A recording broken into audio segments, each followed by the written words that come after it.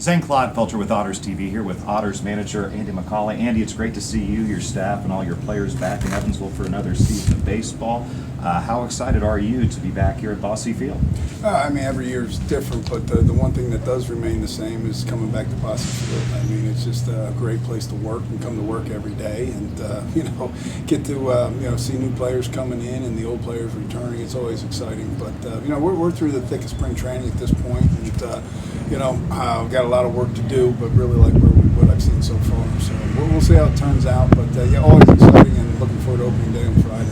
Right, and then as we look back to last year, I think going into the season, some unknowns because there hadn't been a 2020 season, and then you guys picked up where you left off in 19 with another 57-win season. Were you surprised by that much success, or?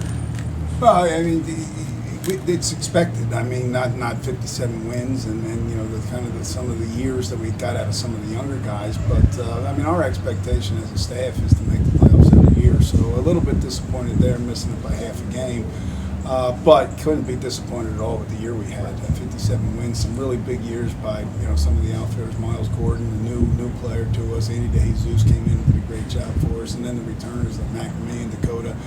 Those guys having the years that they had. So I mean, it was not expected, but we certainly have that as a goal before we start the year. But unfortunate not making the playoffs. But by the same token, you can't be disappointed at all with what those guys did for us last year. Right, and then under your leadership too as manager, the consistency I think has been one of the calling cards for the Otters organization, and you have a lot of those key veterans back this year trying to build on that 57-win campaign from a year ago.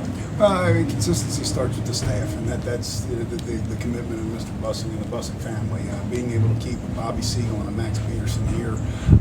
They've had other opportunities to go other places and have chosen to stay. So, it is a great place. He's the best owner in baseball, any league, and we're having those guys come back with Boots Day retiring last year, but coming in for spring training certainly adds that bit of stability on that side. But coming here in 2010, 2011, not many players wanted to come back, and now we don't lose many wanting to go other places. If they're not moving up to a higher level, they're coming back to play here, and that's really been the key to our consistency on the field is having returning players that want to come back, enjoy playing here, and that starts at the top of Mr. Bosse. Has the growth of the Frontier League in your time here in Evansville also helped that a little bit with the league now expanding back north of the border again into Canada and parts of New York? Well, expansion is neat. I mean, they're going to be going to places that they've never been before. I've managed in the Can-Am League for a year in Quebec, so I've been a lot of these places. But it is neat as a ball player to go to new towns, see different parts of the country, different parts of different countries. So that'll be neat, and that's a draw for players just with that pretty much half the continent covered for exposure. So there's some of that goes in, and the league. I mean, my first year in this league is '98, and I'm hard pressed to think of anywhere other than Evansville that still has a team. So it's pretty neat from that aspect as well. But no, the league has certainly expanded. The league is certainly, the ballparks we play in are amazing compared to where I was in '98. So no, it's neat. It's certainly heading in the right direction. We've got some great leadership here in Evansville, and Mr. John Stanley, who does a great job for the league. His input and foresight has put us on the map as the largest independent league in the country. So it's kind of a neat thing to be able to use that in recruiting players as well as keeping players, for sure.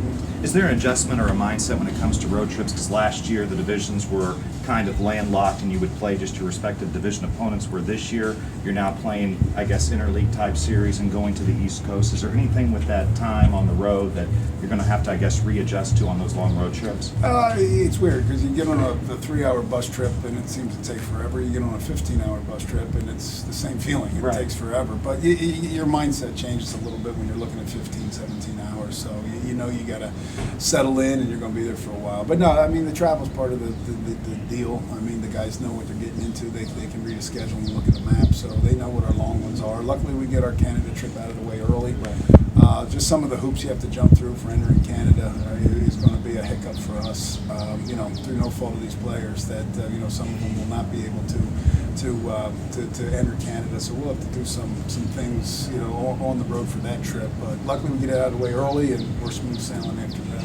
Right. The Frontier League this year entered a partnership with Flow Sports, and now all of these Frontier League games are available to whoever has a subscription, and it makes these games more readily available to other sets of eyes in terms of trying to get these guys to the next level. How beneficial do you see like the Flow Sports partnership and the games being on a streaming service? It's amazing.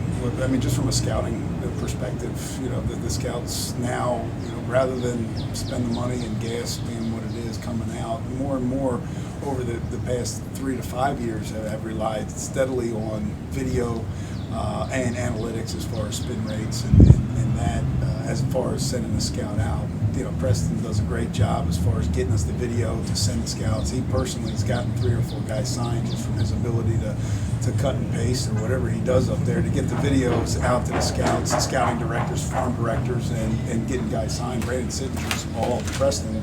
He sent the video out after the season, and the Diamondbacks signed him, and he's in the big leagues a year later. So you know, that's kind of neat that we have people that are able to do that. Technology has passed me by, Zane, so that is not my department. But with the Flow Sports, you know, it's certainly going to give the players more exposure with what the scouts want to see, the video of at-bats or pitches and movement and stuff like that, speed, closing on balls, and Preston does a great job putting that together for us. Finally, Andy, what are going to be some things you're looking for as the manager and along with your staff from your team early on in this regular season to make sure that they're on the right pace and they're on the right trajectory? Well, a lot of that is taking care of itself. I was just mentioning to Randall and Aaron and those guys. I mean, Riley Crane came in here last year as a new player and really set the bar pretty high as far as running things out and playing the game the right way. And I think his enthusiasm rubbed off on a number of returners. And now I see it in spring training already. I mean, running balls out. You know, you miss hit a ball, you're frustrated with your at bat, but they're running it out, and it's already paid off. We got 2 doubles, which would have been singles and routes.